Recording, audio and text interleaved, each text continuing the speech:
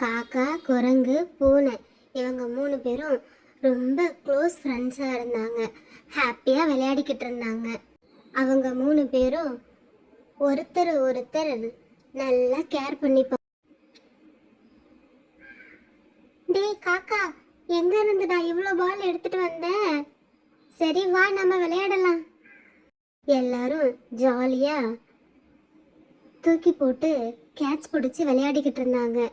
அந்த பூனை காக்காவுக்கு தேங்க்ஸ் சொல்லுச்சு.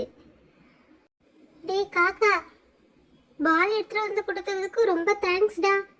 இன்னைக்கு ஜாலியா விளையாடிக்கிட்டு இருந்தோம். டேய், இனிமே இது போல அடுத்தவங்க கிட்ட இருந்து எதையும் எடுத்துட்டு வராதடா. பார்த்தாங்கன்னா உன்னை அடிச்சிடுவாங்க. ஒழுங்கா இருந்துக்கோ. பின்ன வேற எப்படிடா எடுத்துட்டு வர்றது? அவங்க என்ன நமக்கு வாங்கியா தருவாங்க? நீ மட்டும் என்ன காசு கொடுத்தா எல்லாத்தையும் வாங்கிட்டு வருவ? நீயும் தானே அப்படியே எடுத்துட்டு வருவ. பூனையும் குரங்கும் ஏதோ வேலை இருக்குன்னு கிளம்பிட்டாங்க. காக்கா மட்டும் தனியா நடந்துகிட்டு இருந்தது. அந்த நேரம் பார்த்து ஒரு மயில் வந்தது. ஹே காக்கா, இங்க இருந்து போ. இங்க இருக்கிற தானியெல்லாம் எனக்கு தான். நான் தான் சாப்பிடுவேன். நீ இங்க இருக்கக்கூடாது. இங்க இருந்து போ. மயிலே மயிலே, இந்த தானியெல்லாம் நான் எடுத்துட்டு வந்தது. நான் தான் சாப்பிடுவேன். உனக்கு வேணும்னா கேளு, நான் தரேன் அப்படின்னு காக்கா சொல்லுச்சு. அதுக்கு அந்த மயில், என்னது நீ தந்து நான் சாப்பிடணுமா? ஏன், நான் தந்தா நீ சாப்பிட மாட்டியா? என்னது நீ தந்து நான் சாப்பிடணுமா? உன் ஆளையும் மூஞ்சையும் பாரு, நீ எப்படி இருக்க? வாங்கிட்ட இருந்து நான் வாங்கி சாப்பிடணுமா? என்ன பாரு, நான் எவ்வளோ அழகா இருக்கேன். என்னோட தோகையை பாரு, எவ்வளோ கலர்ஃபுல்லா இருக்கு. மனுஷங்க எல்லாருக்குமே என்னதான் ரொம்ப பிடிக்கும். என்னோட ரெக்கையெல்லாம் எடுத்து எடுத்து வச்சுப்பாங்க. ஆனா நீ எவ்வளோ கருப்பா எப்படி இருக்க? இங்கிருந்து முதல்ல நான் போறேன். மயில் அங்கிருந்து வேகமா கிளம்பி போயிடுச்சு. ஆனா காக்கா தான் ரொம்ப சோகமாயிடுச்சு.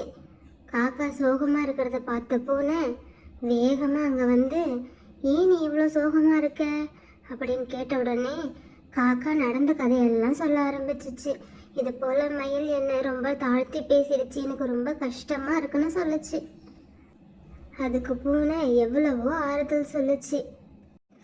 ஆனா காக்கா எதையுமே கேட்கல. தொடர்ந்து சோகமாவே இருந்துச்சு. பூனைக்கு என்ன பண்றதுனே தெரியல. திடீர்னு ஒரு ஐடியா வந்தது.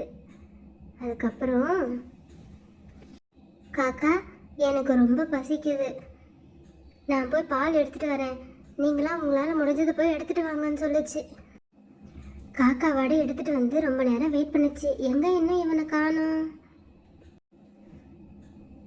காக்கா வடை, குரங்கு பழம், பூனை பால் எல்லாம் எடுத்துட்டு வந்து ஜாலியா சாப்பிட்டுட்டு இருந்தாங்க. வயிறு நிறைய சாப்பிட்டு முடிச்சதுக்கு அப்புறமா பூனை காக்கா கிட்ட சொல்லுச்சு, பாத்தியா, எங்களுக்கு ஒன்று தேவைன்ன உடனே நீ எவ்வளவு சீக்கிரமா பறந்து போய் எங்களுக்கு எடுத்துட்டு வந்து கொடுத்த. எங்களால் நடக்கவும் ஓடவும் மட்டும்தான் முடியும், ஆனால் உன்னால் பறக்க முடியும். எவ்வளவு வேகமாக பறக்க முடியும்ல. எல்லாருக்கும் ஒரு ஒரு திறமை இருக்குது. ஏன் அந்த மயிலால் கூட பறக்க முடியாது இவ்வளவு வேகமாக?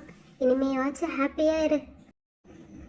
இது எல்லாம் கேட்ட காக்கா, ஆமாம்ல, எல்லாருக்கும் தனித்தனியாக ஒரு திறமை இருக்குது, இனிமேல் நான் எதுக்கும் வருத்தப்பட மாட்டேன்னு ஹாப்பியாக விளையாடிக்கிட்டு இருந்துச்சு.